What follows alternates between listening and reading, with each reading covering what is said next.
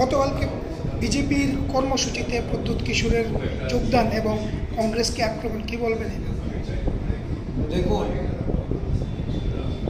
একটা সুবিধাবাদী রাজনীতির প্রেক্ষাপট তৈরি করে গ্রেটার তিপ্রাল্যান্ডের কথা বলে আদিবাসীদের সহজ সরল যারা তাদেরকে ভুলিয়ে ভালিয়ে এই রাজ্যে আন্দোলন খেলে এখন শতবর্ষ পুরনো কংগ্রেস দল, যে দলে উনি সভাপতিত্ব করেছিলেন, সেই দল সম্পর্কে ওনার এই তির্যক মন্তব্য, এটা একজন আদর্শহীন রাজনীতিরই পরিচয়।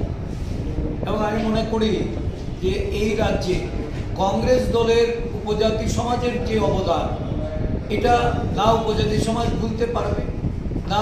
এই রাজ্যে আগামী দিন যারা উপজাতিরা যারা নানাভাবে প্রতারিত হয়েছে, তারা যারা এই ধরনের সমালোচনামূলক বক্তব্য রাখেন তাদেরকে ক্ষমা করুন।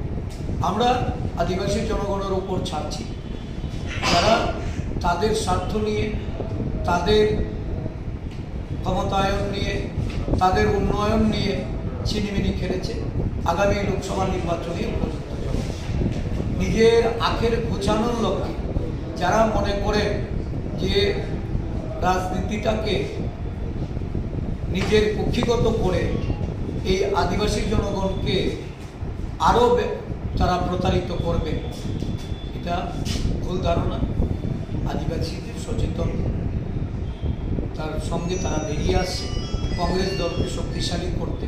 কারোর মুখের কথায় কংগ্রেস দল